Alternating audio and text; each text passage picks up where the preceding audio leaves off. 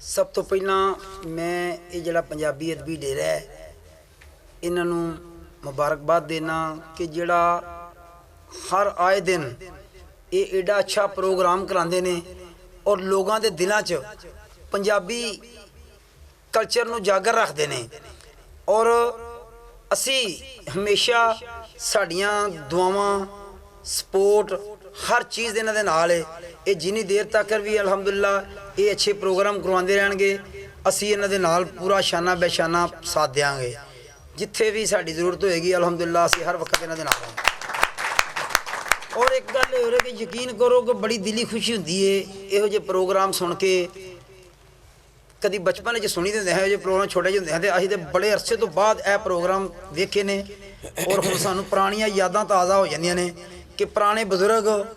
पुराना जमाना वो जिहड़ा ही वो शहरों शहर च हुण ते मैं पता नहीं किवें दी ऊट पतंग जे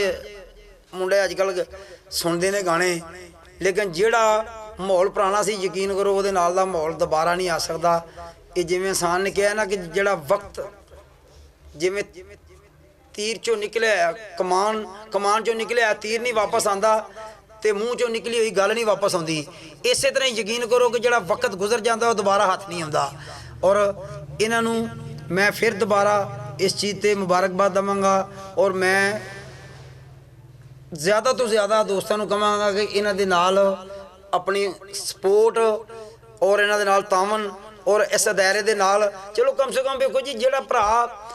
तामन नहीं वो कम से कम आके सुने तो यह भी बड़ी गल है कि अपना टाइम कढ़ के जिन्हें आके 10 मिनट बह जाना ना यह भी एक जिंदा दिल होने की निशानी है कि जेडे इंसान टाइम नहीं कढ़ते अपने आप जोगा टाइम को नहीं किसी को नहीं किसी जोगा की करना है।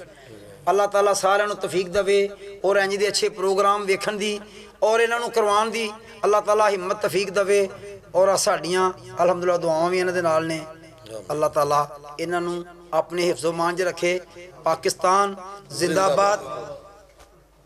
पंजाबी डेरा पाइंदाबाद।